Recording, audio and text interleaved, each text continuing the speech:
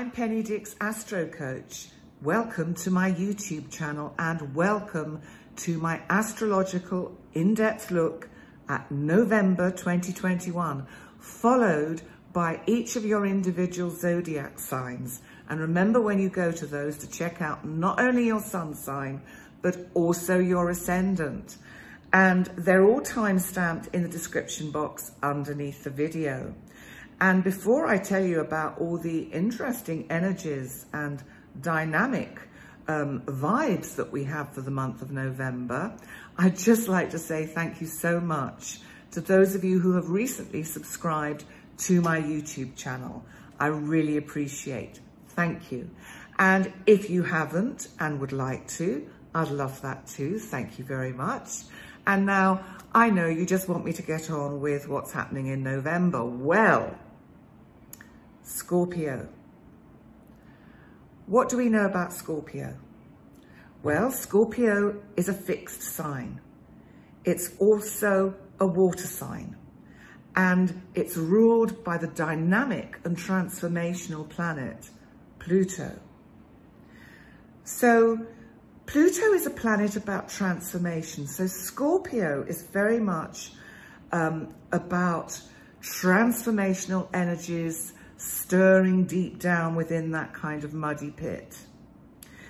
You know, it's interesting, but I would imagine that psychotherapists and detectives would actually have Scorpio or Pluto prominent in their natal charts, because being a Scorpio is a bit like being a detective, and being a psychotherapist is a bit like being a detective. So there are kind of similarities there.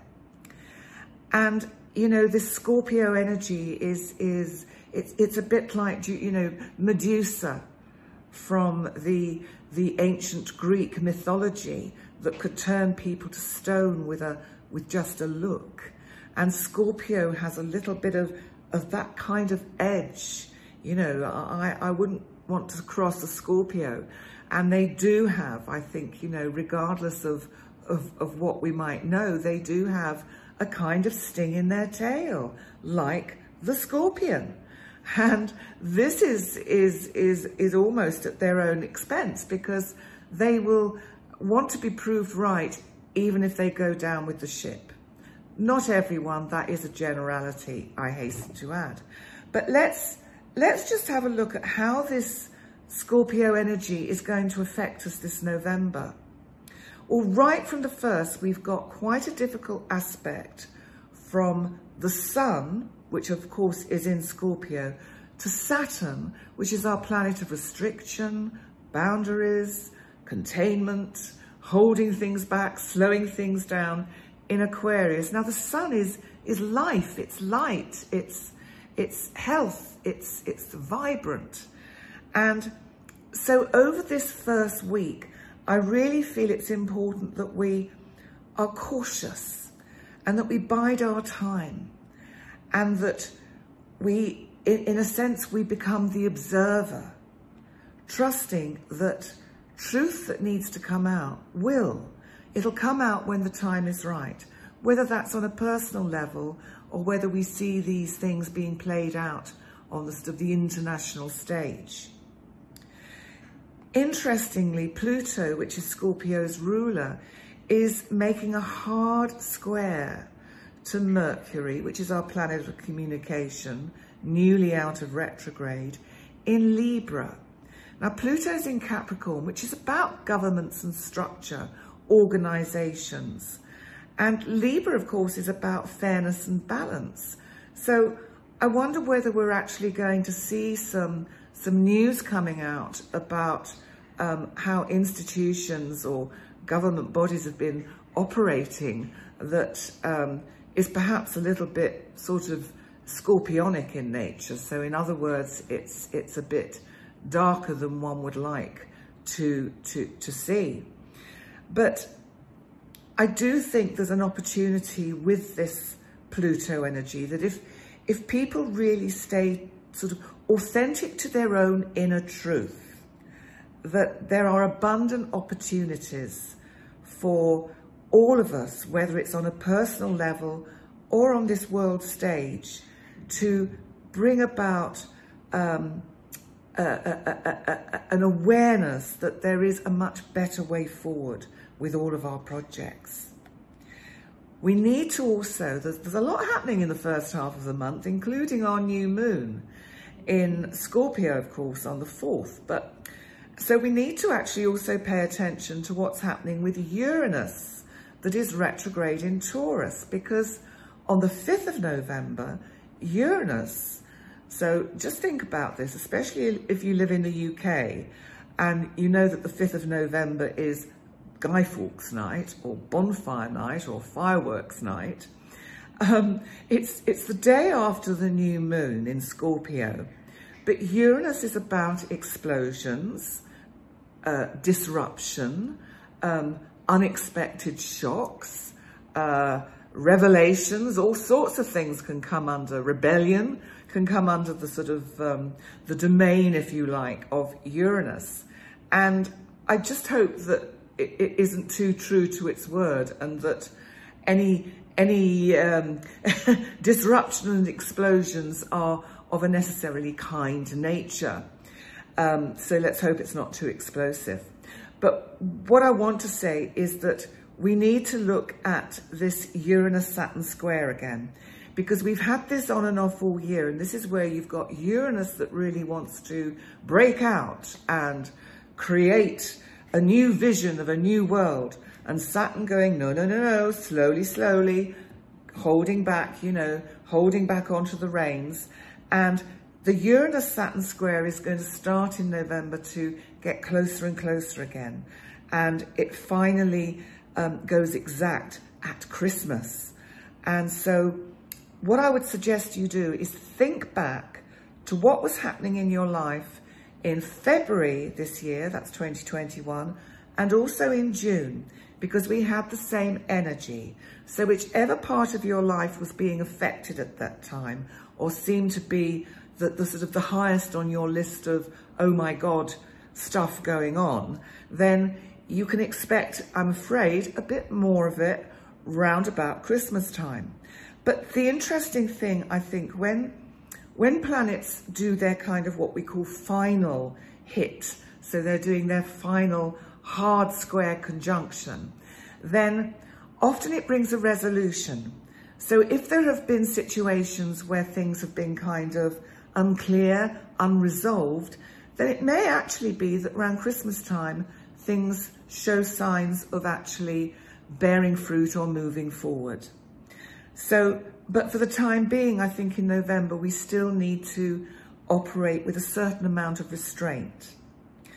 But just sticking with this new moon on the 4th, it does bring opportunities for positive visions and inspiring ideas. And I do feel, as it brings in the energy of Taurus, that we're going to see a lot more about the sort of the green agenda in the news and in the sort of the public forum, as world leaders are really encouraged to embrace greener energy, new ways of looking at how we can actually just make sure the planet is sustainable for us to stay on it, because I don't know where else we're going to go. if we damage this one too much, there's nowhere else to go that we know of currently. Anyway, we must remember that collective positive intent goes a long way to enabling the planet consciousness to shift up a gear. Mid-November, yes, there is more interesting energy. Around the 15th, sees a potent opposition from Mars conjunct Mercury in Scorpio. So we've got that scorpionic, deep, dark energy. We've got Mars, which is about aggression, anger, assertion, and activity.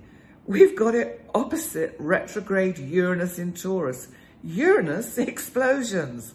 But it doesn't have to be as dramatic as it sounds. I think on a personal level, it's really about just being mindful of what's going on in our lives at that time and trying to take a step back. And as I said a bit earlier, be the observer. Don't get too caught up into, you know, sort of situations or dialogues which really perhaps aren't going to get you anywhere, or you're not going to win at this point.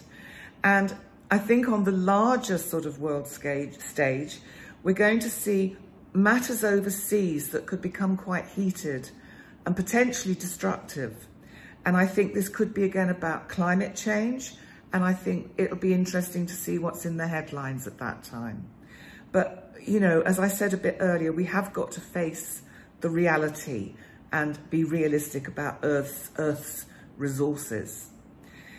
So we've got a harsh square as well. Oh, yes, it is quite interesting energy. But you know what?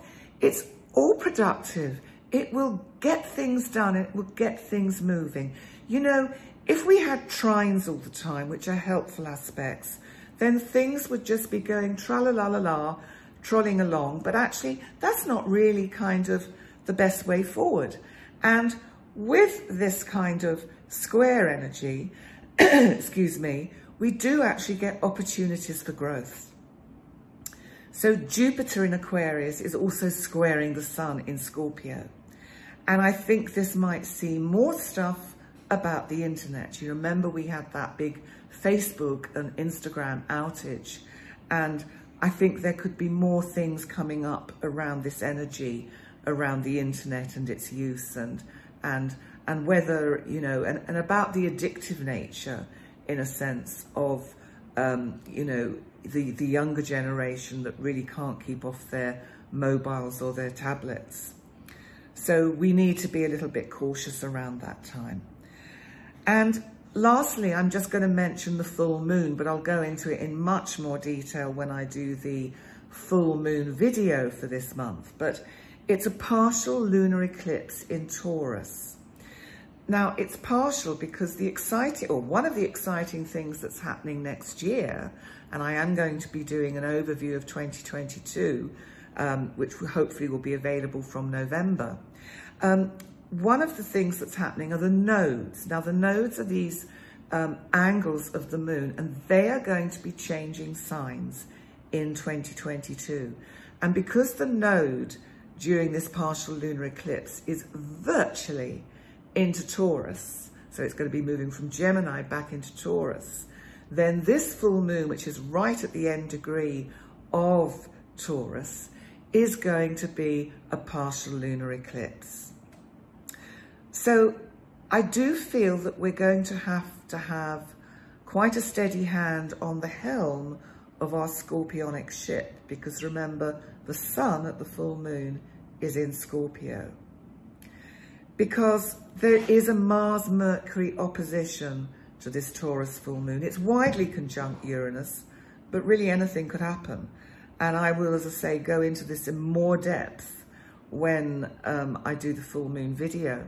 But the presence of Pluto in Capricorn, making actually, thankfully, a harmonious link to the full moon, gives us hope that really good transformation, wonderful transformation can occur, whether that's on a personal level or a collective level.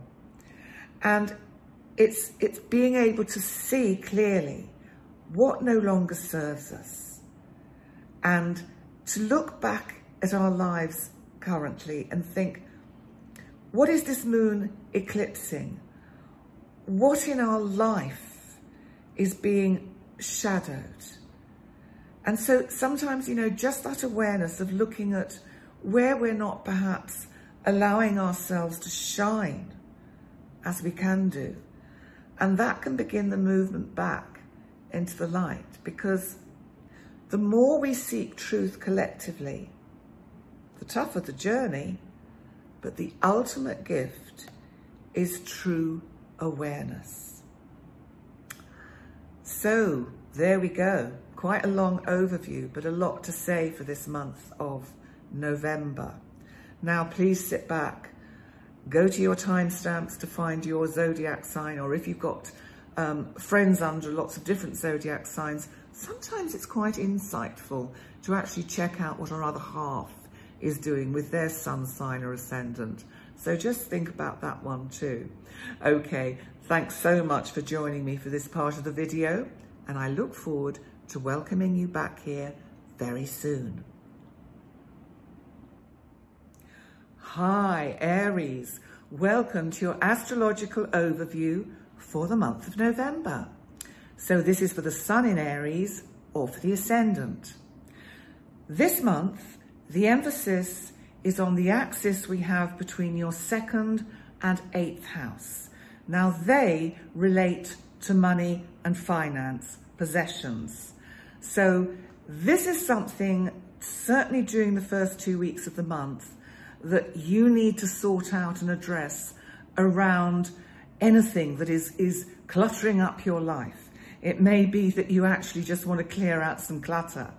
And it may be that you just want to get your kind of budget sorted for the sort of coming winter months, or to sort out joint resources, because the 8th house is very much about our joint resources and investments.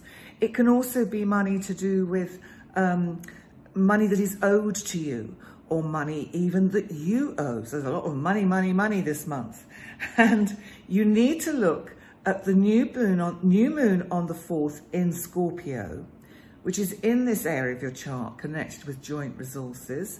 It may be that, that you realize some money that is owed to you. That could come through, say, a pension plan that you decide to cash in on now. That's always a possibility with this kind of energy. But if we just move forward a bit to the 15th, we have combustible Mars conjunct Mercury, also in Scorpio, in this part of your chart that is to do with transformation and joint resources. So if someone's not playing nice with you, if there is money that's owed to you, maybe it's even from a corporation or something, or some money that's been overpaid on a bill and you're demanding that it comes back, then you're not going to be in any mood to take prisoners around that time. You really want to get that sorted out.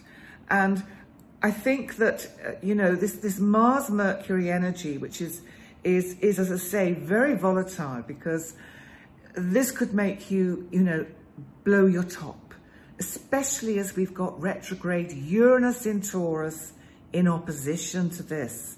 So watch out for the energy around the 15th. That is a day of note that you and the days actually leading up to it and just beyond it. So let's look at what else is going on, because there's also, we've also got this Uranus-Saturn that is building up again to a kind of, it's building up to a hard square, which is going to happen in December, around Christmas time. So for you, Aries, I want you to think back to what was happening for you in February and in June, because the same kind of issues could be coming up that were coming up then. And because Uranus is in your 2nd house of finance, then I would think it's something to do with property or possessions.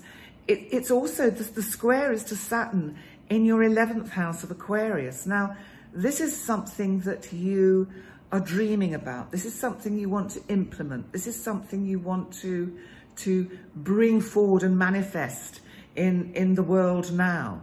And as yet, things have been getting in the way of that happening. And so I think at Christmas, because as I said in the overview, there's a tendency when we get what we call the 3rd and final hit of an exact angle made by planets, and this is a square between Saturn and Uranus, that we get some kind of resolution. So whatever it is that is giving you angst and has been at various times throughout the year, then I think you're looking at the possibilities of some kind of resolution around Christmas time. Now, before we finish, we need to actually look at the full moon partial lunar eclipse on the 19th, because this is also in your 2nd house of finance. You see, the whole emphasis this month, Aries, is to do with possessions and money. And because Uranus is kind of widely conjunct, it lends a kind of unpredictability about what we can expect with this particular full moon. And what I feel is that because it's opposite the sun in the 8th house, now the sun, of course, is shining its light, or his light, onto the moon. And the moon is being eclipsed by the earth. So what material or practical issues are getting in the way of you finding a way to complete something? That's just what I want you to think about, because I do think it's important to think about the symbolism with these events. So what's being eclipsed? What's being shadowed in your life to do with money? What's being swept under the carpet or ignored? Because I think by the, as I say, the 19th, when we have this full moon partial lunar eclipse, you're going to be really quite, let's say, frustrated and wanting to see some action. So just bear that in mind and try not to make any knee-jerk decisions one way or another. I think we need to kind of just hold fire on things, Aries, and let's see how things unfold towards the end of the year. And as I said, that bright kind of light at the end of the tunnel really comes with that final Saturn-Uranus square, when I think if nothing else comes, clarity and seeing a truth will come for you. Okay, Aries, thank you so much for joining me for your November horoscope. I wish you a lovely month, and I look forward to seeing you next time. Hi, Taurus. Welcome to your astrological overview for the month of November. And that's for the sun in Taurus or for the ascendant. Taurus, you are hosting the wonderful, amazingly rebellious and innovative planet Uranus, currently retrograde in Taurus. And this is really making you quite a force to be reckoned with.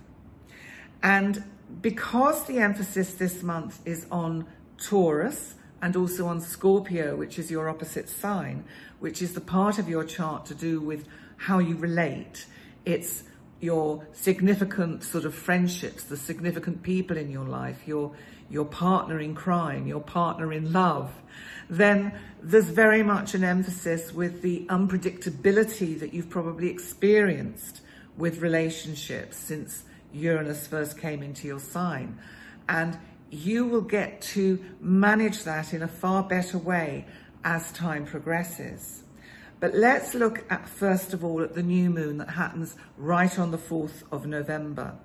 And the sun at this point is conjunct Mars. Now, Mars, as you know, is a planet of energy, assertion, activity, and also sexuality. And it's in your 7th house. Well, need I say more? But it could be quite an interesting time for you, this new moon. New opportunities and new chances to kind of begin again, perhaps with a loved one. So let's also look at what's coming a little bit later, because there's a very significant date, which I think I mentioned in the overview, which is November the 15th. Because on that day, we've got Mars and Mercury conjunct in Scorpio in your 7th house of significant relationships. Now, I think because they're in opposition to Uranus in Taurus, this is going to be very, very personal for you. And I think you've got to be super careful.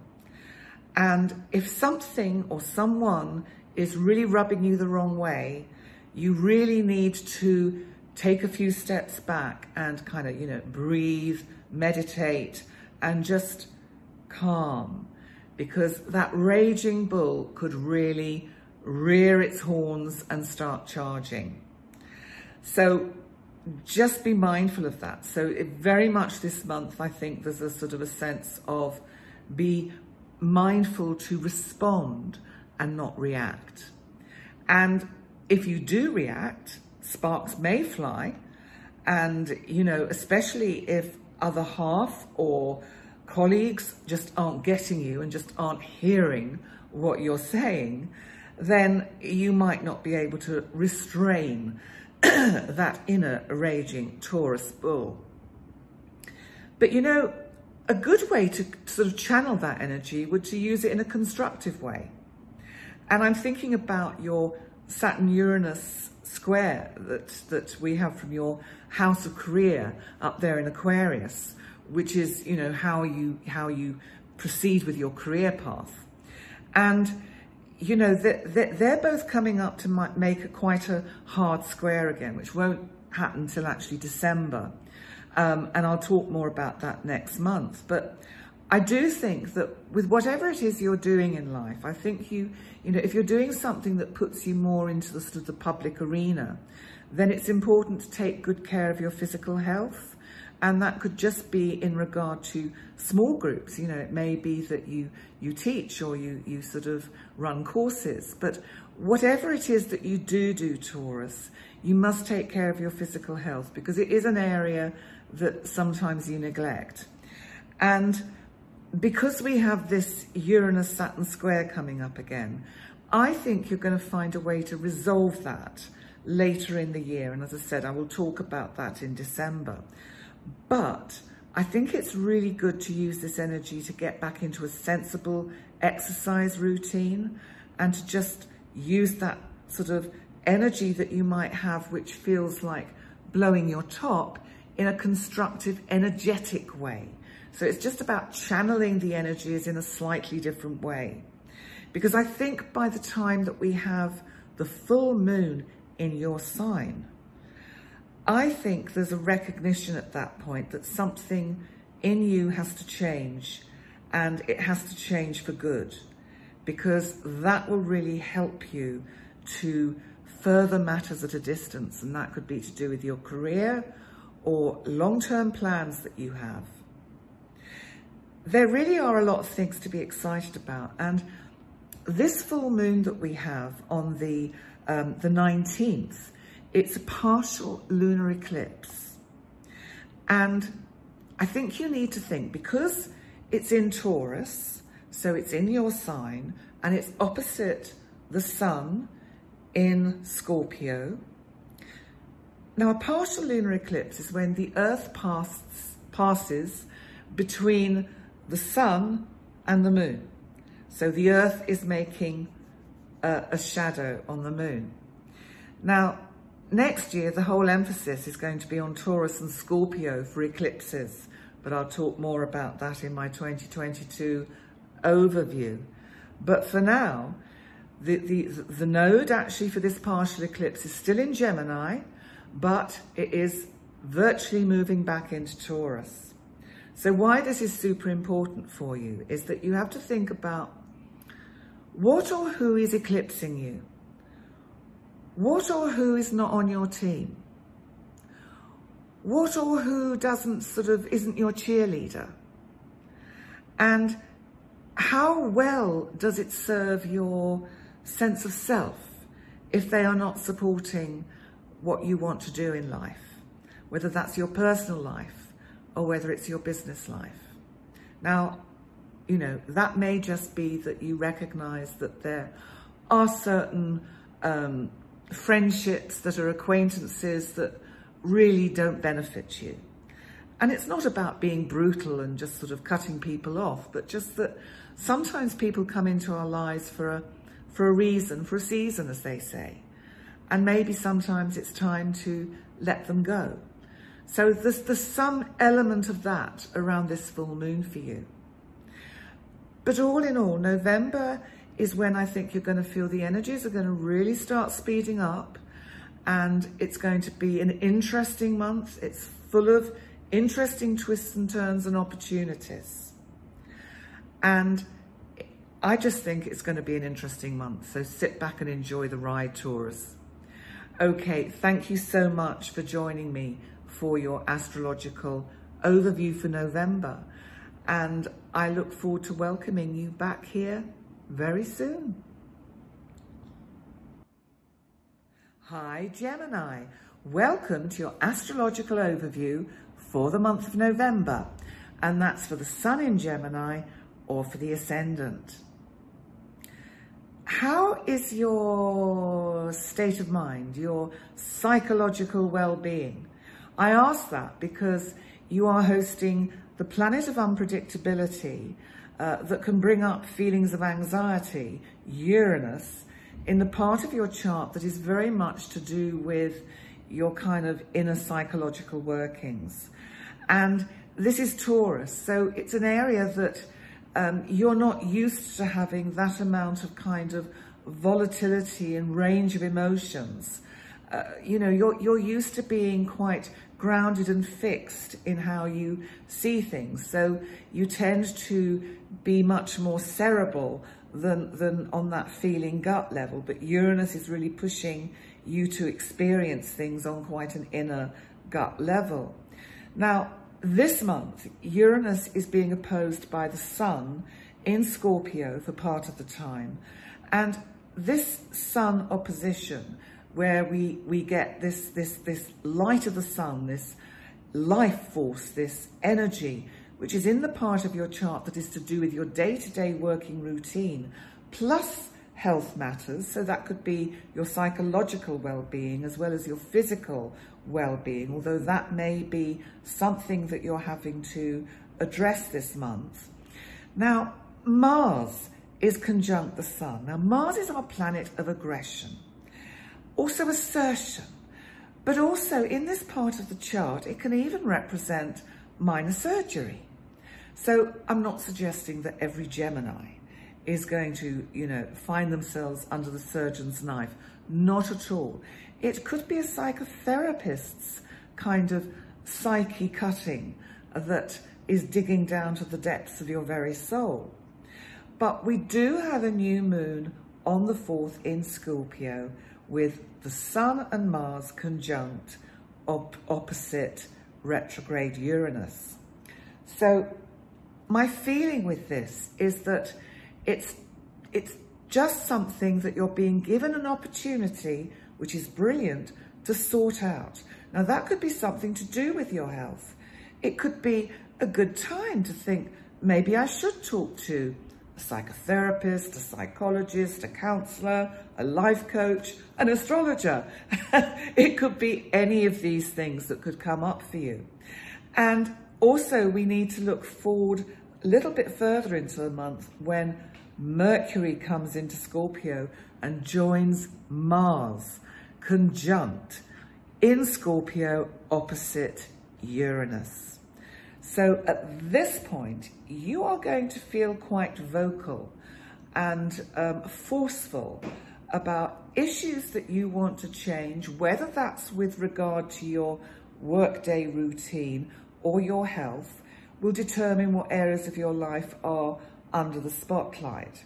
And I can give you a little bit of help with that because we have this Uranus-Saturn square, and Saturn is in Aquarius in your 9th house, which is the house of sort of long-distance travel, higher learning, higher thinking, truth, amongst other things, justice.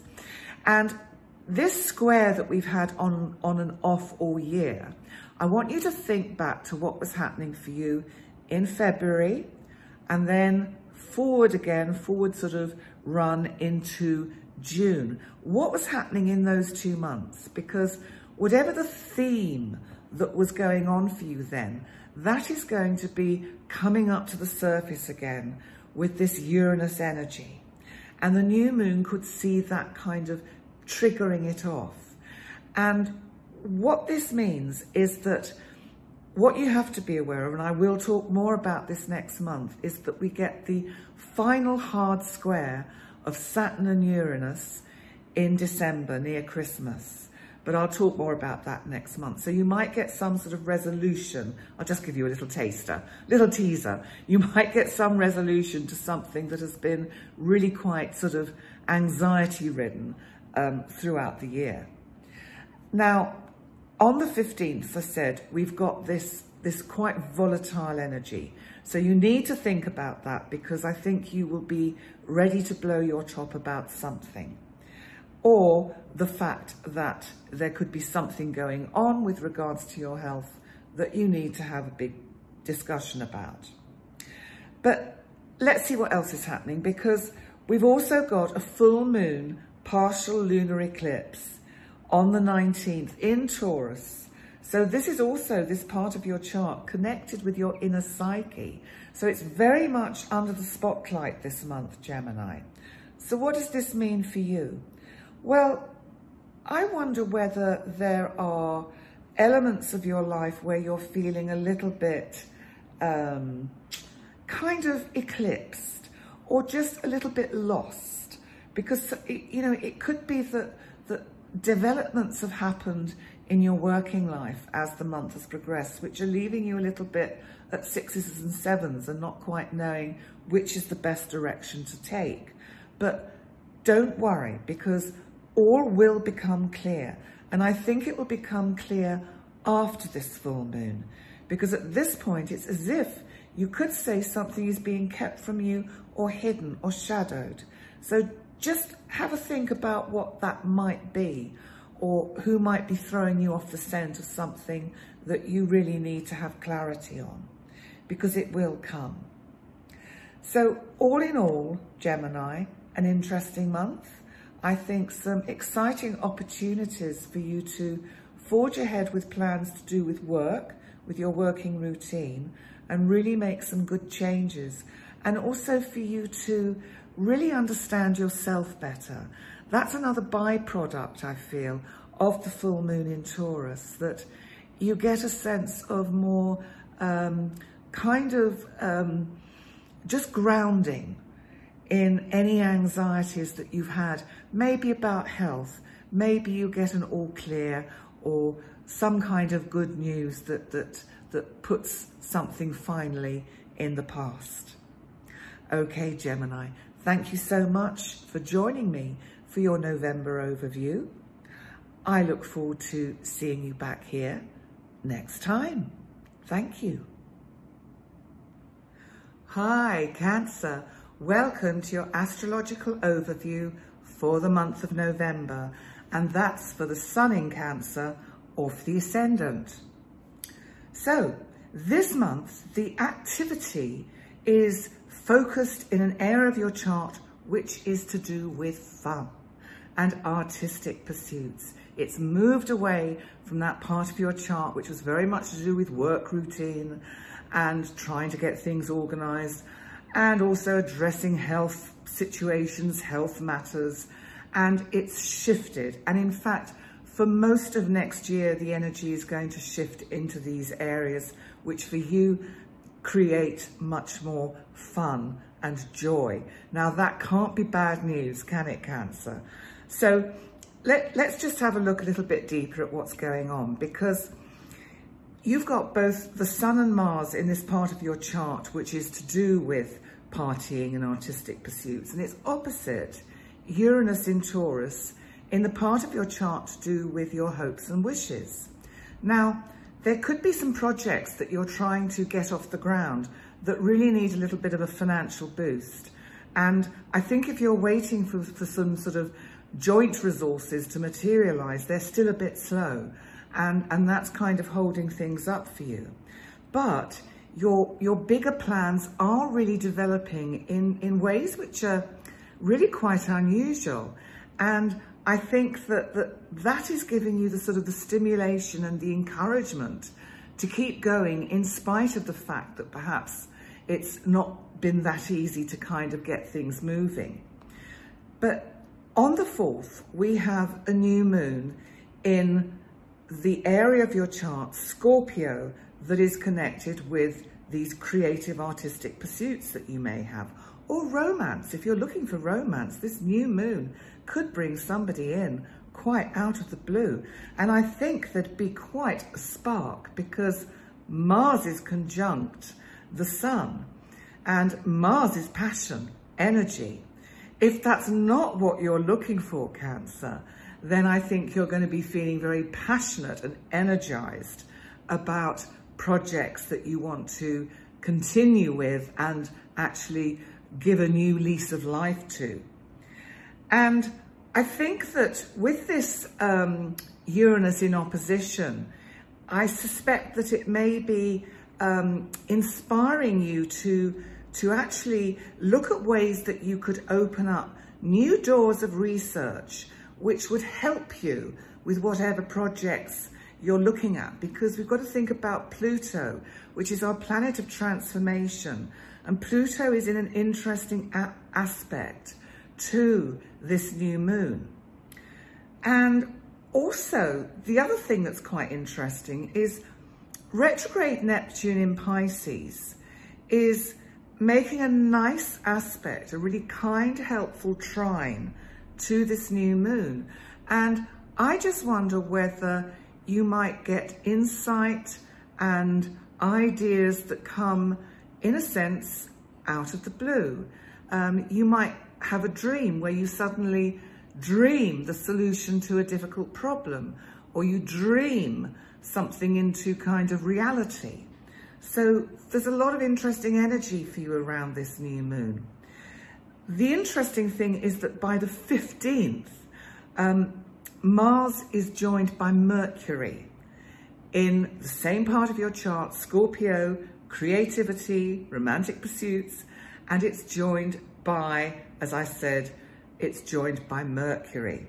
So you could have some very interesting discussions. They could be quite passionate and heated, but I think, you know, basically pretty interesting kind of discussions. So that's on the 15th. So just watch what comes up around the 15th, because it could be super interesting. And also this month, we have a full moon partial lunar eclipse. Now it's on the 19th and it's in Taurus. Now this is, as I said, the part of your chart where you've also got retrograde Uranus, and it's opposite the Mars conjunct Mercury in Scorpio. So that's quite interesting, because also obviously you've got the sun there because the moon is in Taurus. And you know, eclipses are interesting because it's like something gets shadowed, it gets overlooked. So I think you have to have a think about what projects you may have kind of put on the back burner. Either they need to be just scrapped, or you need to look at how you could develop them in a completely new and innovative way.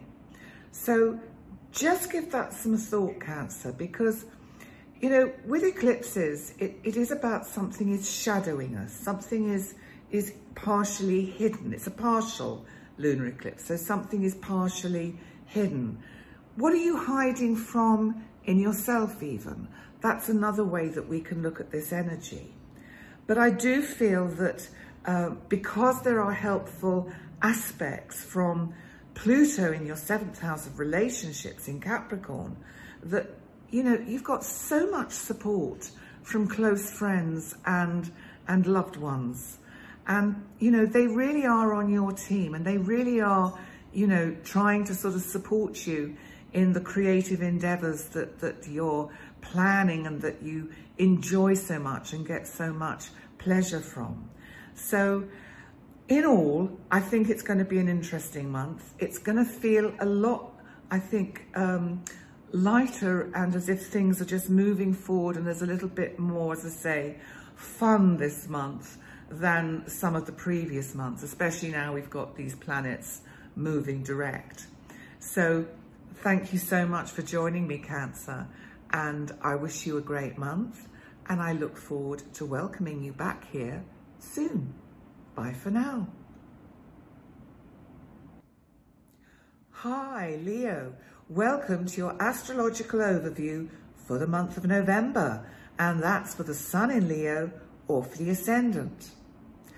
For you, Leo, the emphasis this month is shifting very much into your home life, to where you live, to how your place of residence is, to your family members, how you get on with them, how you enjoy their company. And both the Sun and Mars are in this part of your chart.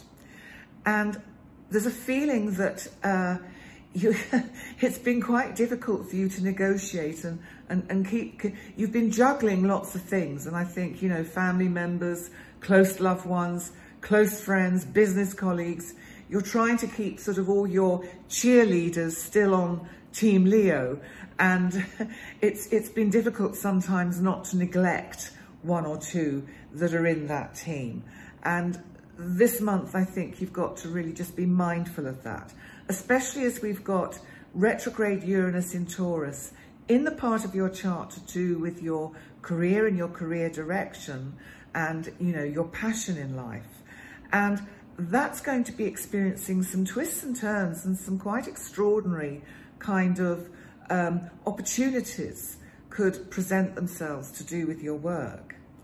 And we have a new moon in this part of your chart in Scorpio on the 4th. And this new moon is conjunct Mars. Mars, of course, is our planet of action, energy, passion, can also be arguments. So I wonder whether you have to just be a little bit more active at home in getting things kind of sort of organized, and maybe you need to organize a kind of family get together. Sometimes, Leo, you are the kind of instigator of these things, and sometimes it's up to you to kind of actually bring the troops together, to sort of rally the troops. So maybe that's something you need to think about with this new moon. And I also think that you have some quite innovative ideas about how your career path could unfold. And you've just got to watch out for that Mars-Mercury on the 15th in that area of your chart, Scorpio, to do with home, that they're conjunct and they're opposite retrograde Uranus.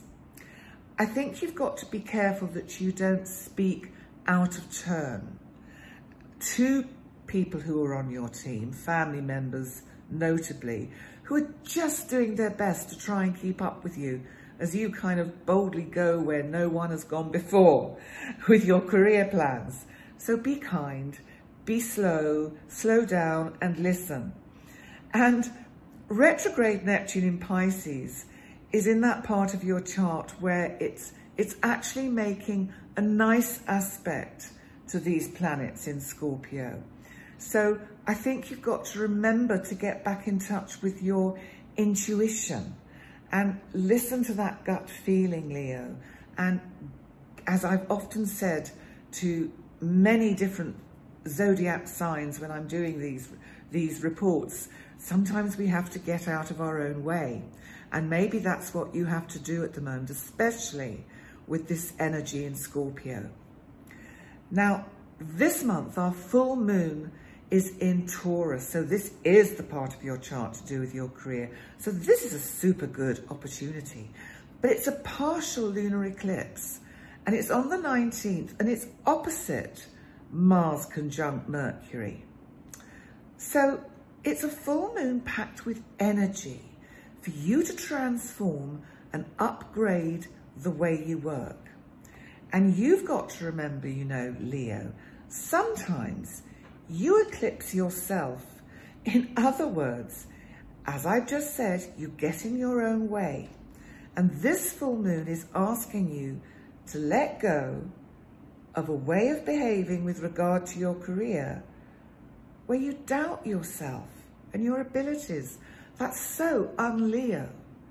It's time to re-find that confidence you normally don't have a problem with, because you can actually really forge ahead with this full moon and leave that kind of way of thinking and behavior behind you.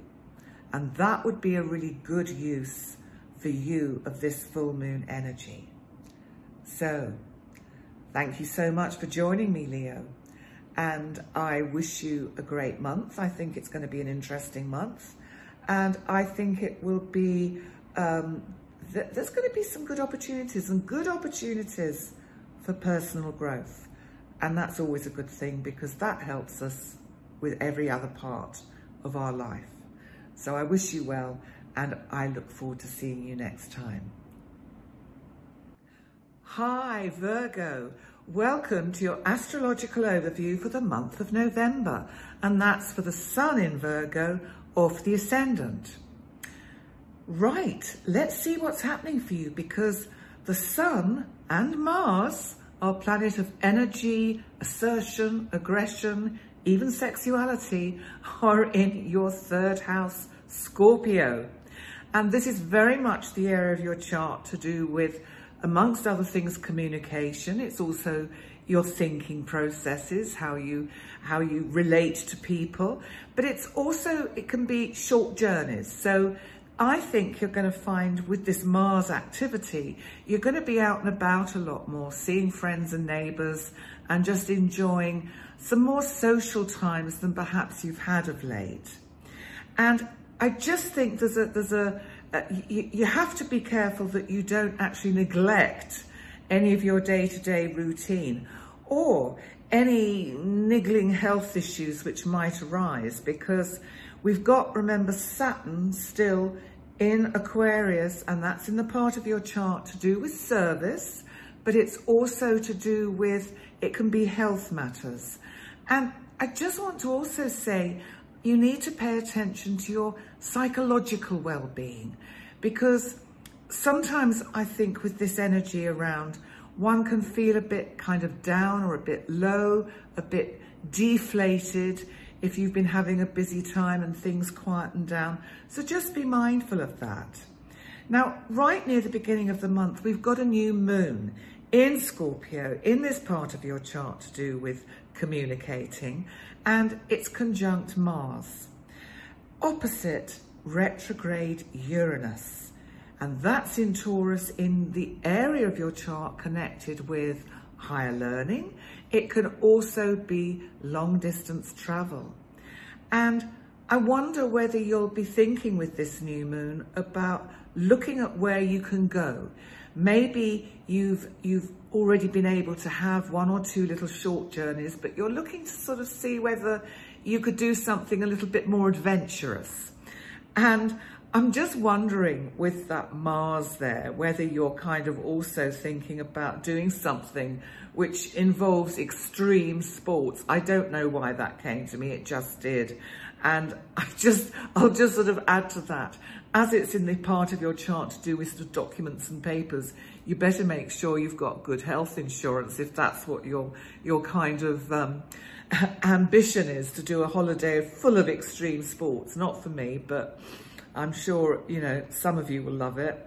But watch out for the Mars-Mercury conjunction in the third house. Now that, again, is Scorpio, and this part of your chart connected with communication. It can be papers, documents, because Mars and Mercury conjunct. Now, Mercury likes the third house because traditionally it's a Gemini house, so it's kind of sort of at home here. Now, I really feel that around the 15th, you really need to check documents and papers. Just make sure that you don't rush at things, because sometimes that Mars energy can make us rush at things. And for a Virgo, that's really unusual, because normally Virgos are so particular about making sure they've got everything kind of in the right, ticked all the right boxes. So just make sure of that with this energy, Virgo, that's the 15th. Just be mindful of that. And we've also got, of course, Pisces is your 7th house, which is very much about your other half, your relationships, your soulmate, your loved one. And Neptune is retrograde here, and has been, of course, for a very long time, and will still be there for quite a very long time as well. But Neptune brings in this ability for you to really intuitively tune into your other half. And I think that if your other half is kind of reluctant to perhaps embark on something, maybe you've come up with an idea, as I say, for a journey that involves extreme sports. I can't think what it is, you know. I remember seeing something about an ironing board once on top of a mountain and doing doing the ironing up there, it wouldn't appeal to me, but it was sort of really on a precipice. And but if your other half is reluctant for you to both partake in something which could be considered extreme, I think it's important that you listen to them, because at the moment I think their insight is spot on. But let's also look at what's happening with the full moon this month, because it's also in this part of your chart which is to do with long distance travel, and it's a partial lunar eclipse in Taurus. It's opposite, however, Mars and Mercury and the Sun in your third house of communication. So I think because it's an eclipse and full moons are traditionally about things stopping or ending or finishing, then it could see that a planned journey could abruptly be brought to a halt. And this may be because of extreme weather, which is not quite what you had in mind.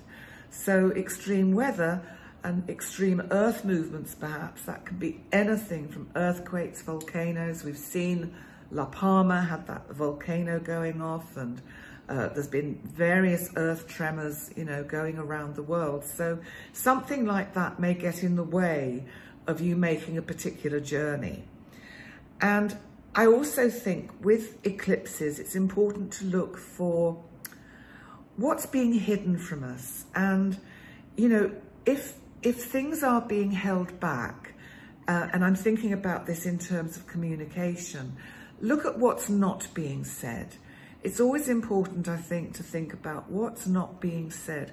What are you not being allowed to be privy to, if you see what I mean? It's time to read between the lines.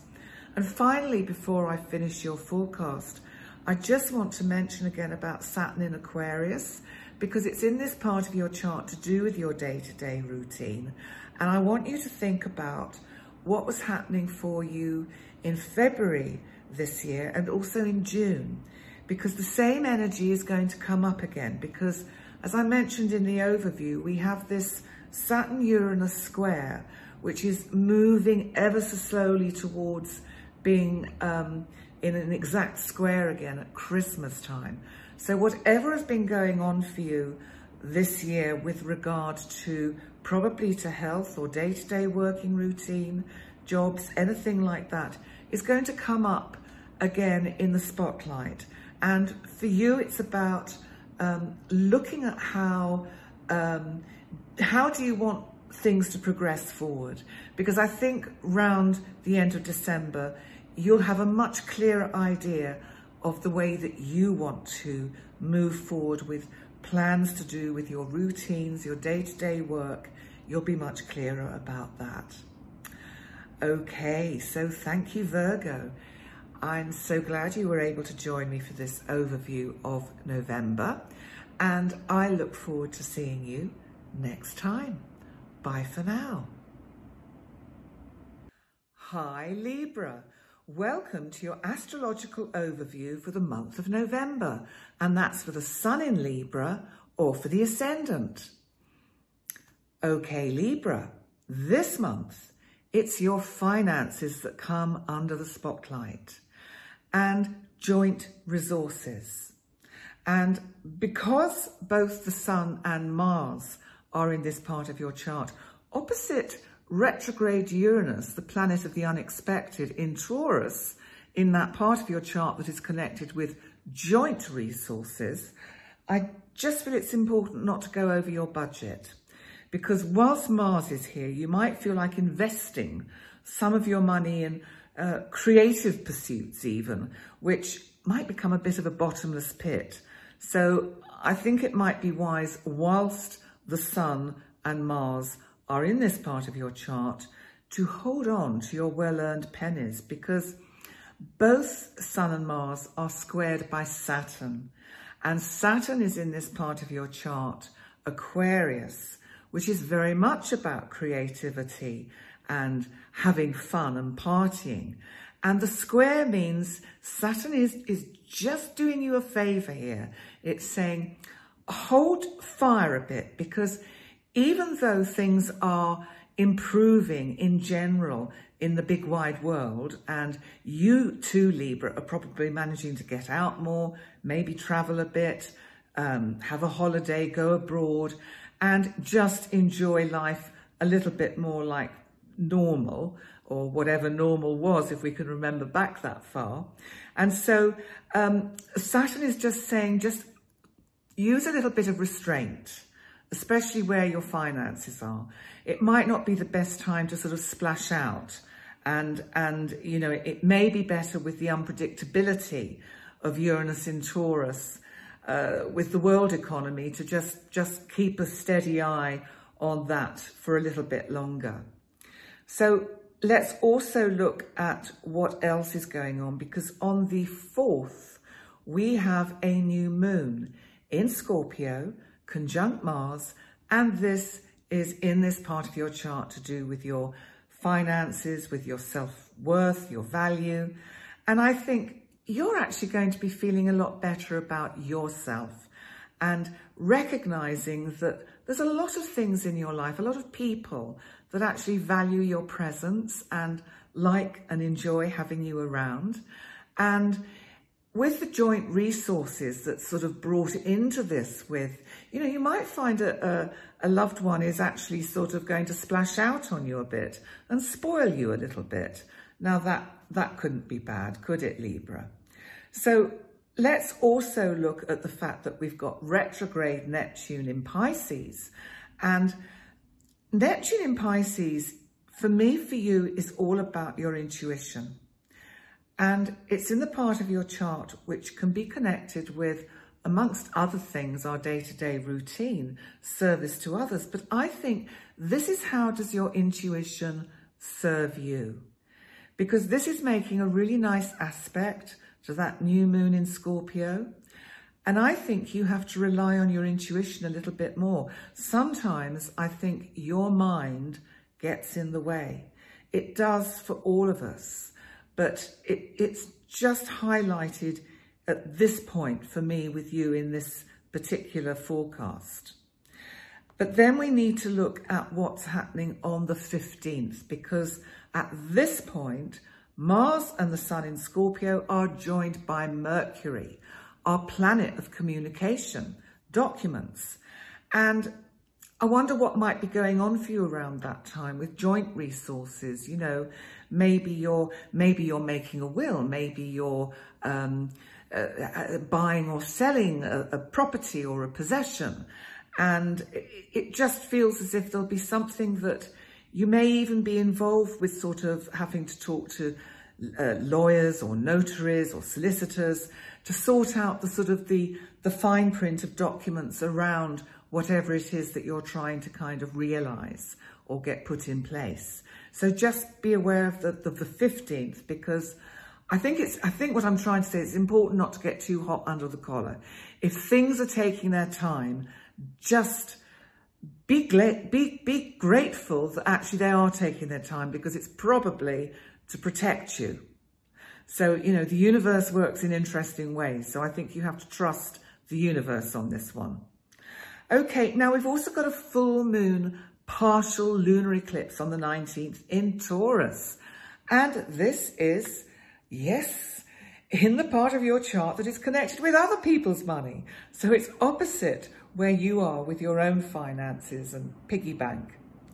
And because the moon is opposite Mars and Mercury conjunct and the Sun in Scorpio, it's a partial lunar eclipse. So I think you have to be careful about what you might have overlooked, because this is something to do with something that might be owed to you. Maybe it's a pension that you had kind of forgotten about, that you could actually draw down some money on at this point, which might ease everything all round for you. So have a think about what you might have forgotten about or overlooked, because an eclipse, you know, for me is something's got shadowed, or it's in the shadows. So what's hidden from you at present? Just have a think about that, Libra. And then finally, before I finish your forecast, I just want to mention about, again, Uranus in this part of your chart connected with joint resources, because it's also Uranus and Saturn are building up to their famous square that we've had all year, on and off. So I want you to think back to what was happening for you in mid-February, also in mid-June, because whatever was kind of top of the list, especially around finance and money, is going to come up again. And you'll feel that energy starting to build up through this month. And then when it becomes exact in December around Christmas, well, I will talk about that then and tell you what you can expect from that. But it's okay, don't get worried. Usually these things have a way of sorting themselves out in a positive way. So on that note, I'd like to say thank you so much, Libra, for joining me for your reading for November. And I look forward to seeing you next time. Bye for now. Hi, Scorpio. Welcome to your astrological overview for the month of November. And that's for the Sun in Scorpio or for the Ascendant. Scorpio. Well, you are in the spotlight this month, as is the sign of Taurus, because these two signs are really very much in the spotlight this month, and also it's going to be quite prominent next year because the nodes are moving, and I'm going to explain more about the nodes when I do the 2022 overview.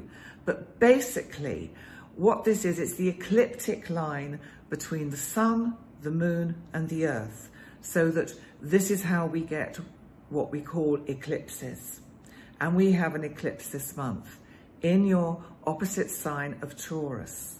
Let's come back to your sign first of all, because not only have you got the Sun here giving you a sense of life and vibrancy, and I think you're going to be feeling pretty good this month, but you've also got Mars, the planet of activity, action, assertion. It can also be sexuality. So I think you're going to be feeling pretty cute, Scorpio, pretty kind of attractive to others.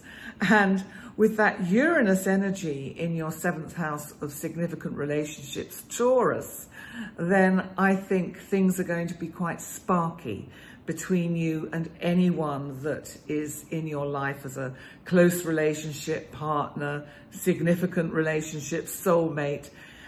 Anything like that is going to be kind of under the spotlight this month. Now, on the 4th, we've got a new moon in Scorpio. So this, of course, new moon is your new moon.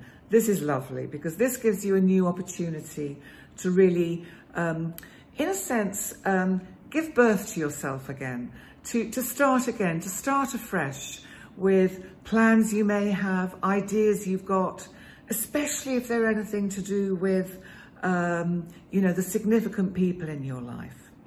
But let's see what else is happening, because also the Sun and Mars this month and the new moon are squared for a while by Saturn in Aquarius, which is in that part of your chart which is connected with your home life. So it may be that there are clashes between your home life or your family and what you might be wanting to do in regard to your close personal relationships. So it feels like a family member might be clipping your wings a bit. Maybe you want to clip theirs, I don't know, but there's something of that kind of energy around. And it just feels that also when you get to the point mid-month on the 15th, when we have Mercury coming into your sign and joining up with the Sun and Mars, you need to watch out for arguments, because I think with this kind of volatile energy around, and especially you, Scorpio, you know, you have you have hidden depths, and I think I've said this before, but I would not want to cross a Scorpio because they will have the last word. And I just think you need to watch out with this energy on the 15th with arguments with partners. And just be mindful of that, because you might come out all guns firing at anyone who crosses you, and maybe you just need to take a step back. So let's see what else is happening, because we have got retrograde Neptune in Pisces, and this is in the part of your chart that is to do with more fun and playful things and creativity. And it can also be romantic attachments. And it's making a really nice aspect of that new moon that you've got on the 4th. And so I do think if you use your intuition around what to go to, what events to attend, if you wanted to bring somebody new into your life, if you wanted to meet a new romantic prospect that could become something a little bit more significant, then actually that new moon energy is really quite a good time to kind of initiate it. We have a full moon lunar eclipse, as I mentioned, in Taurus on the 19th, and this is opposite Mars, Mercury, the Sun in your sign Scorpio. So this could bring an unexpected change because of Uranus's presence in that part of your chart, Taurus. So it could bring an unexpected change in a significant relationship. Now, if it's a friendship or relationship that has really gone past its prime, it may be better for you both to cut your losses and set each other free and wish each other well on your particular journeys. And if you can do that gracefully and with dignity, then that will save any collateral damage from that presence of Mars and Mercury in your sign Scorpio, where, as I say, you might come out all guns firing. So just be mindful of that. But you have got a helpful aspect from Pluto that really wants to transform you, because Pluto is in this part of your chart to do with communication. Pluto is really asking you to really change the whole structure of your life and the way you connect with others. And it's giving you an opportunity to look at how you change that structure in November and with this full moon partial lunar eclipse. But I just want to also add that, remember, with an eclipse, something's hidden. So if a relationship is going to, say, end, it may be because something that was hidden gets exposed. That is the trigger to the ending. Just be aware of all these things. It is not necessarily anything of this kind of dramatic proportion.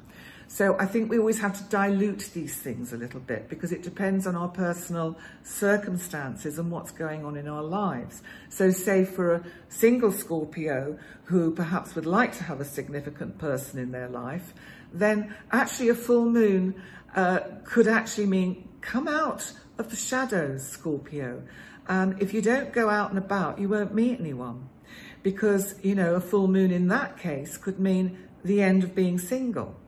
So there's always different ways round that we can look at this energy. And before I finish your forecast, I just want to remind you again about the Saturn-Uranus square. Yes, the famous Saturn-Uranus square that we have had all year, on and off. And first of all, think back to what was happening in mid-February and mid-June this year, because these are the kind of areas that are going to be highlighted again, kind of starting now, building up to a kind of crescendo in December, which I'll talk about more next month.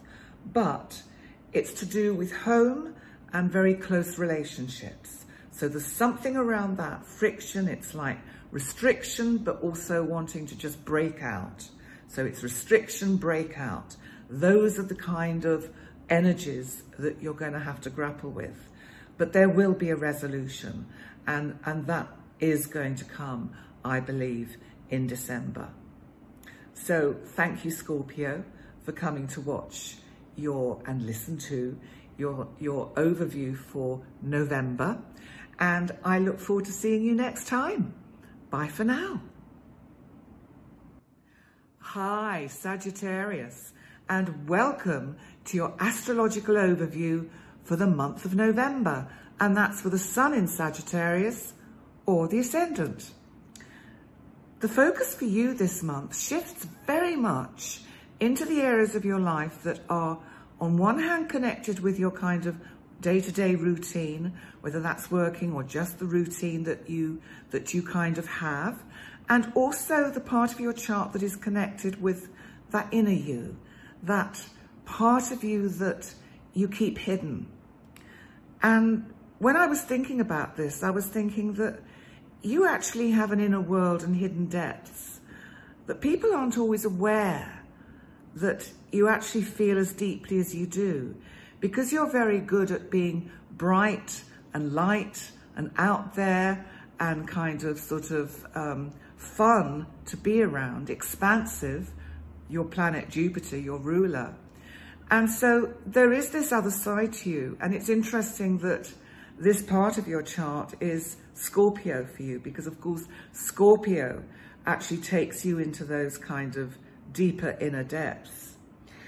And I was also interested that Saturn in Aquarius, which is in the part of your chart that is connected with communication, amongst other things, and thought, it's making quite a difficult angle to the part of your chart which is about this inner you.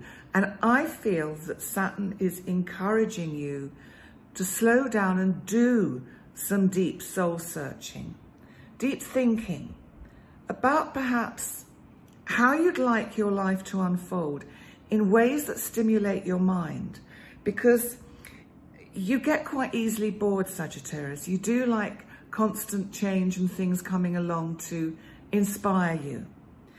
And you're getting that to a certain extent with retrograde Uranus in Taurus in that part of your chart that is to do with routine, because Uranus is not keeping your routine in any way routine. It's just shaking things up quite a bit.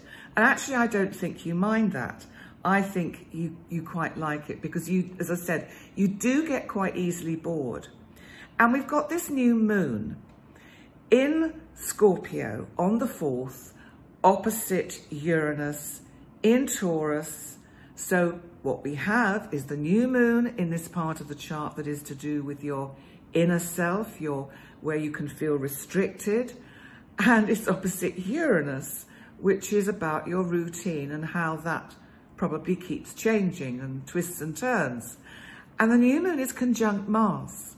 Now Mars, I think in this instance, is about energy. And I also think Mars at this point is inviting you to really cut deep into yourself, you know, to really understand yourself better. How you choose to do that is up to you. Everyone has their own way.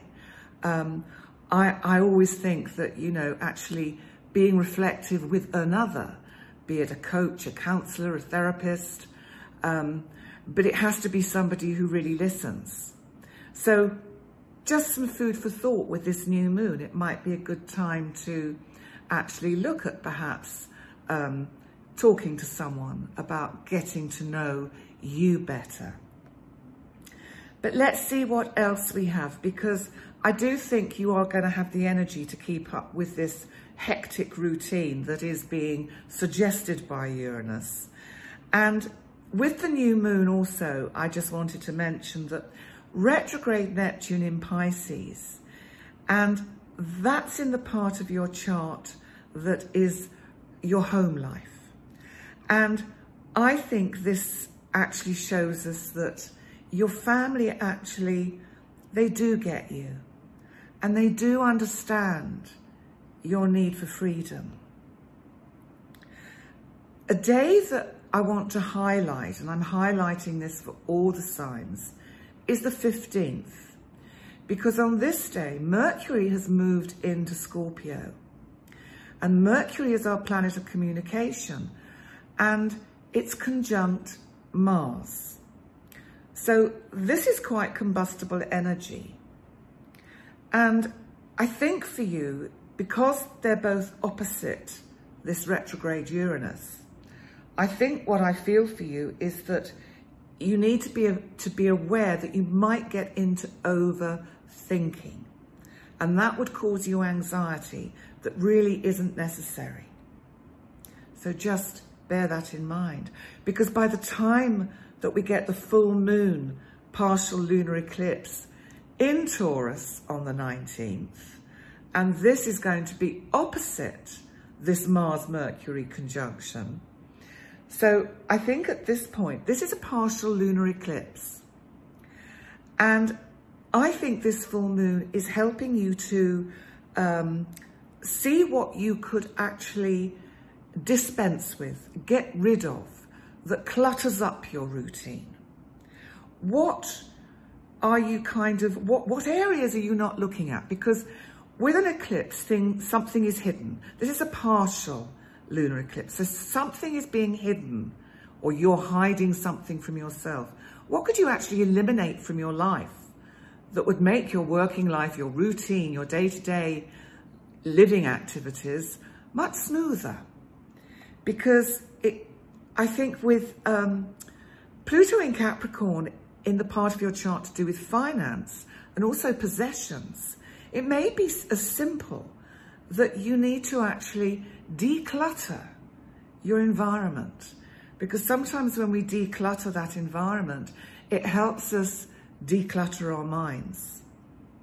And the last thing I want to talk about before I finish your reading is to think back to what was happening for you in both February and June this year, because we've got this Saturn-Uranus energy that's making this hard square that you will have heard me go on and off about all year. And it's building up through November for an exact square in December. So just be aware of the areas of your life that seem to be coming to the surface at this time. I'm going to talk more about this Saturn-Uranus square in December. But for now, I think in brief, it's probably looking at how you can create the right balance for yourself with your lifestyle and your working life. So Sagittarius, I wish you a fabulous month, certainly an interesting one, and I think it could be quite productive for you. So please take care, and thank you for joining me, and I look forward to seeing you next time. Bye for now. Hi Capricorn, welcome to your astrological overview for the month of November, and that's for the Sun in Capricorn or for the Ascendant. Capricorn, this month the focus for you is shifting very much into a part of your chart that deals with larger groups of people, higher thinking. It can also be bigger plans and dreams that you'd perhaps like to manifest.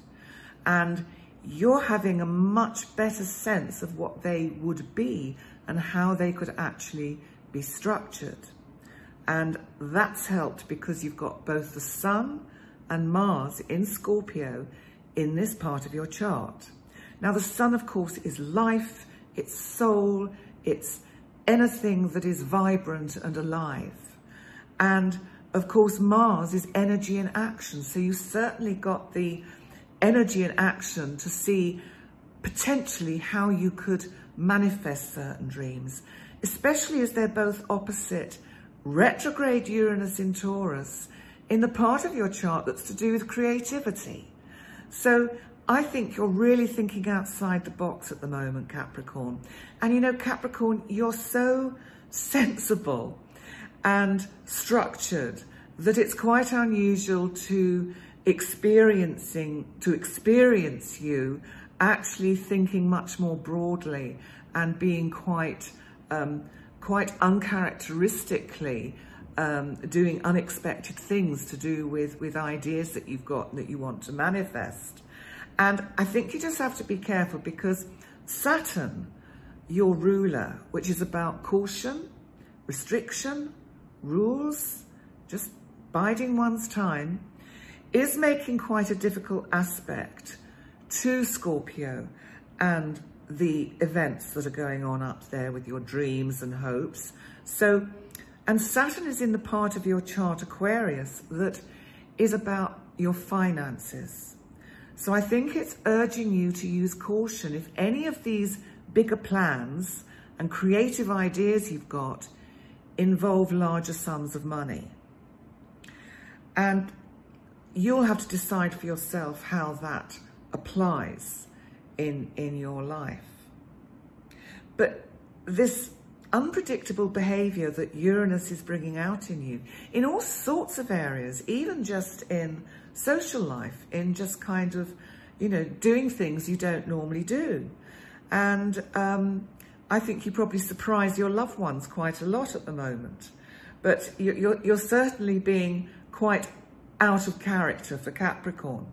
Now, the new moon in Scorpio, which is in this part of your chart to do with your hopes and dreams, is on the 4th, and it's opposite retrograde Uranus in the part of your chart about creativity. So this new moon is actually giving you an opportunity to perhaps sow the seeds or start or initiate something, some bigger plan that you've got. And I think that you just have to be careful, because there is an angle, it's a trine actually, from Neptune in Pisces to this new moon. But what I feel this Pisces or Neptune energy is saying is just make sure your plans are realistic. Sometimes we have to structure them, which Capricorn should be good at because you're good at structuring. Structure them on a more realistic basis. And you do need to watch out around the 15th when Mercury joins Mars in Scorpio.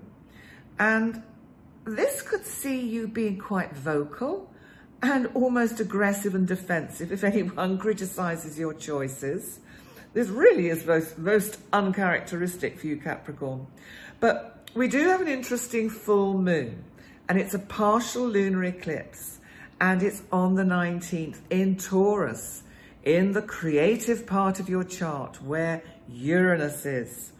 It's not quite conjunct Uranus, but I think the fact that it's partially eclipsed shows that there may be areas of what you're trying to manifest that you need to just be honest with yourself about. How realistic are they? And I do feel that you're looking at making a big decision, and it's just about being as realistic as possible. It doesn't mean you can't manifest this dream. It just means be realistic and don't get carried away. And I just think that because also Pluto you have in your sign, wait for Pluto to just move a little bit further forward, because Pluto is suggesting a complete restructuring, not only of you in the way that you come across to people, but also in your life. And I don't think that's finished yet. I think there's a lot more restructuring that is going to take place in your life. I think if you looked back and read, and say you listened to this video in a couple of years' time, you might be quite surprised how much things have shifted and changed, because that's what Pluto is drawing out of you. The other thing I just want to mention before I finish your reading is about the Saturn-Uranus square, because that's been on and off all year. And Saturn, of course, is your ruler. It's in the part of your chart to do with finance. And it's making this hard square, which is a challenging angle, to retrograde Uranus in your 5th house, which is the house of creativity, Taurus, for you. Now, whatever that was highlighting for you, think back to February and think back to June. Whatever was being highlighted for you in those months, that's going to see a kind of re-emergence through November. And there'll be some kind of resolution for this at the end of December. But I'm going to talk about that much more next month. So in the meantime, thank you so much for coming to join me for your November astrology. I wish you a great month, and I look forward to seeing you next time. Bye for now. Hi Aquarius, welcome to your astrological overview for the month of November, and that's for the Sun in Aquarius or for the Ascendant. Well, your career and your career path, your soul direction is going to be action-packed and very busy as the energies are shifting into the part of your chart that is specifically to do with your career and your kind of public image, or, you know, your passions, anything that you're passionate about. Because you've got both the Sun and Mars in Scorpio in this part of your chart. Now, Scorpio, I think, always gives you this ability to really get down to the nitty-gritties of something. And the Sun there is shedding light on everything you're doing, bringing vitality and life into your working day. And Mars here is giving you the energy to do these things, but you must watch out for Saturn. Saturn is our planet of restriction, slowing things down, taking time, because of course, remember, it's in your sign, Aquarius. Now, Saturn is trying to show you how to structure yourself in a little bit of a better way, to actually to balance your energies in a sense. And so listen to Saturn and try and avoid getting exhausted by overdoing it or doing too much. Get a pace. Saturn energy in your sign is asking you to really take your time and pace yourself. Now, you've got retrograde Uranus at home. So all the time that Uranus is in Taurus, in the part of your chart that represents home and family, things are never going to be predictable. There could be all sorts of things that go on while Uranus is in this part of the chart. You move house, you move country, you stay where you are, you come back, people come, people go. But it's certainly always going to be interesting with Uranus in this area of your chart. It is there for quite a few years, so it doesn't mean there's going to be a constant kind of flow of disruptions. But this month, it's in opposition to the Sun and Mars in Scorpio in the part of your chart to do with career. And I do feel, because we've got a new moon in Scorpio on the 4th, and it's in opposition to this retrograde Uranus at home, let's put it that way, that disruptions at home are countered by the new opportunities that this new moon is bringing into your career and into your life. And retrograde Neptune, I think, which is in that part of your chart to do with finance, is actually showing you that dreams you've had of perhaps actually earning a bit more is actually starting to materialize. But we've got to think of this sort of balance you've got between family, finance and career, because you need to watch out for the energy around the 15th. Mercury joins Mars in Scorpio, and Mercury is about communication. Mars can be energy, assertiveness, also aggression or arguments. And I think you need to watch out that you don't get too vocal or defensive if your family or loved ones are saying they never see you because you're so absorbed in your work. Or if you're not working, it might be a hobby or a passion. So just keep that in mind, because on the 15th, when they are conjunct and opposite retrograde Uranus, there could be a little bit of a disruption or a little bit of a falling out. It would be nothing serious, nothing that you can't put right. But, you know, being forewarned is forearmed, so one can kind of breathe, take a step back and think, perhaps they've actually got a point. I am too wrapped up in my work or my hobby or my passion, and I need to be a little bit more balanced with the way that I spread my time. But let's look at the full moon partial lunar eclipse on the 19th, because this is at home in Taurus. And it's opposite that Mars-Mercury conjunction. So this full moon is a partial lunar eclipse. And I think it's giving you a chance to change the way life works at home. And because you seem to be much busier with your career or hobby or passion, you need to actually get everyone at home to pull their weight and delegate the chores. Because you've got Pluto in Capricorn in that part of the chart that is to do with your inner world, your inner psyche. And I think it's asking you with this full moon to negotiate things in a different way, but to actually go deep within yourself and see where to see your side in things. You know, it's not always about how the others are reacting or responding. You need to own your bit in everything, Aquarius. And I think sometimes, Aquarius, because you can think very sort of in this higher conscious state, that it's difficult sometimes to get grounded. And that Taurus in the 4th house is really saying your family and your home ground you. Use some of that energy at the moment, especially around this full moon.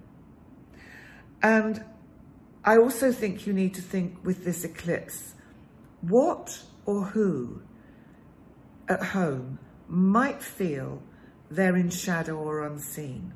Does someone feel they just don't get enough of your time? So just think about what that could be.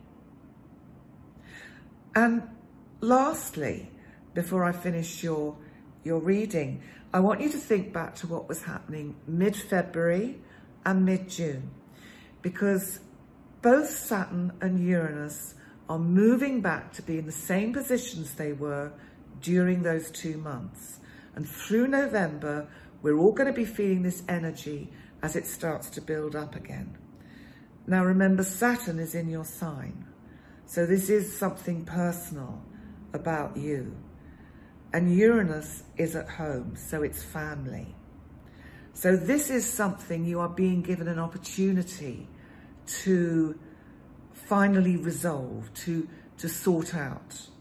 I'm going to talk more about this angle, this square, next month in December, but just be mindful that that energy is going to be around. So for now, Aquarius, I wish you a lovely month and have a great month, and I look forward to seeing you next time. Thank you for joining me. Bye for now. Hi, Pisces, and welcome to your astrological overview for the month of November. And that's for the Sun in Pisces or for the Ascendant. The emphasis for you this month is shifting into the area of your chart that is connected with travel and higher learning and truth and justice, amongst other things. And you've got both Mars and the Sun in this part of your chart. This is Scorpio.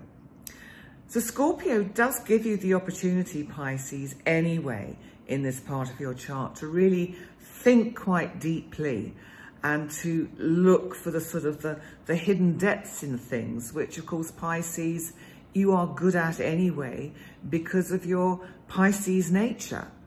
And you're used to diving down to the depths of the oceans, of everything. So with Mars and the Sun here, now the Sun is life. The Sun sheds light. And Mars is about energy and action.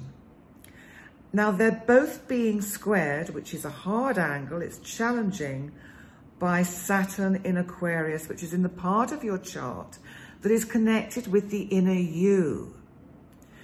Now Saturn is about restriction. It slows things down.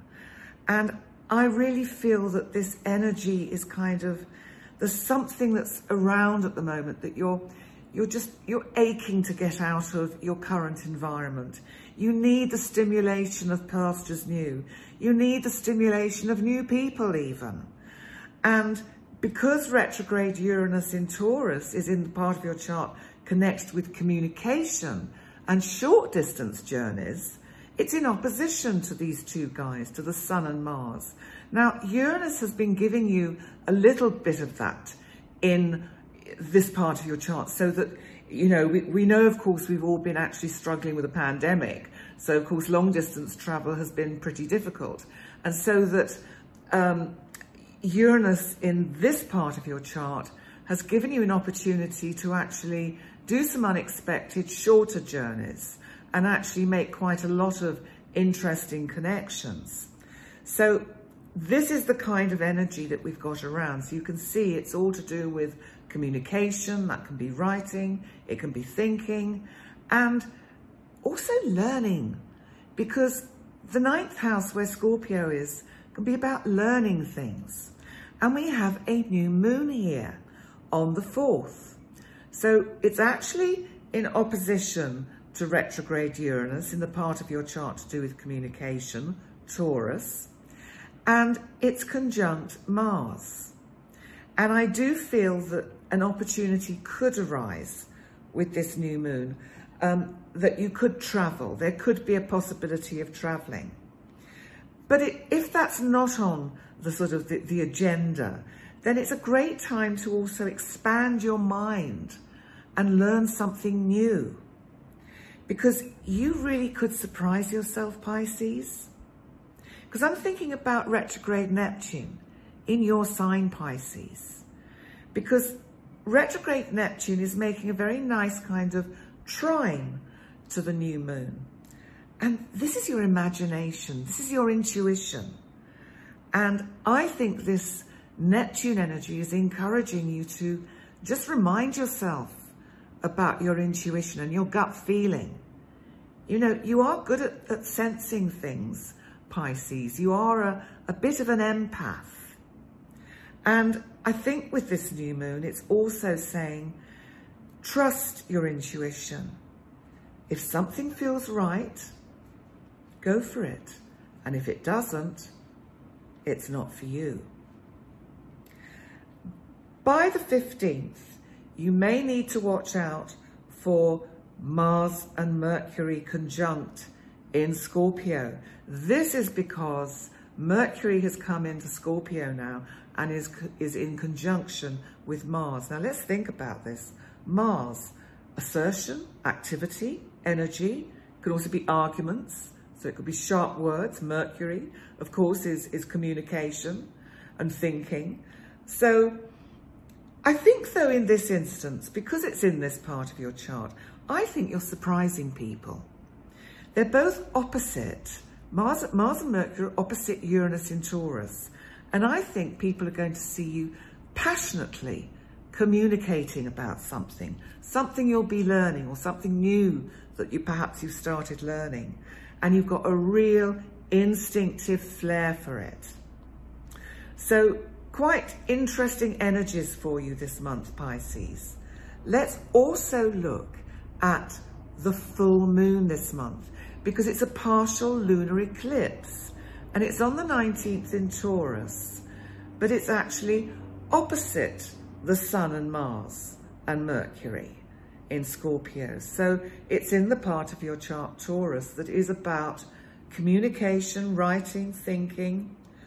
What have you been working on that perhaps is nearing completion?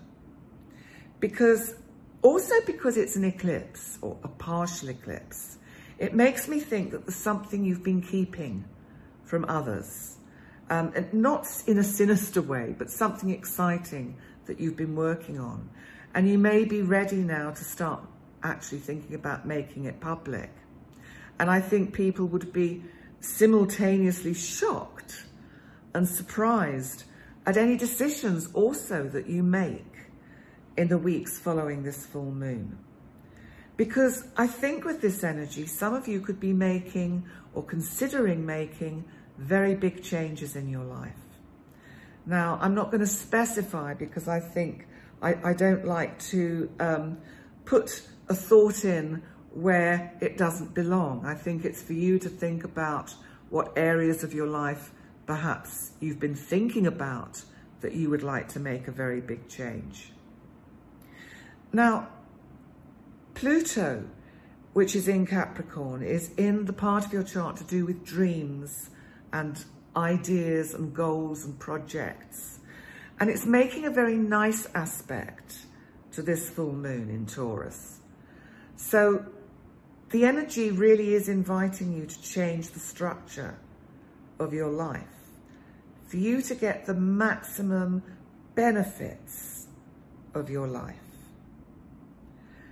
And finally, I want you to think back to what was happening in February this year and June, because whatever was kind of highest on your agenda, and it was probably to do with something that is very much to do with your inner self and where you felt restricted, and also to do with communication.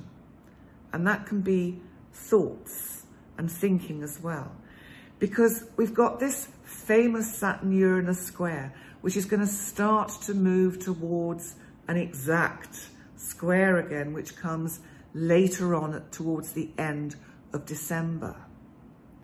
So I just want to say, Pisces, be aware of that.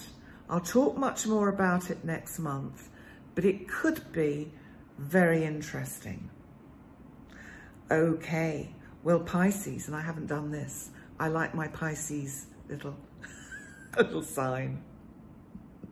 I have a Pisces moon, so that's probably why I do it. Okay, without further ado, thank you so much for joining me for this part of the video and your reading. And have a great month, and I look forward to seeing you next time.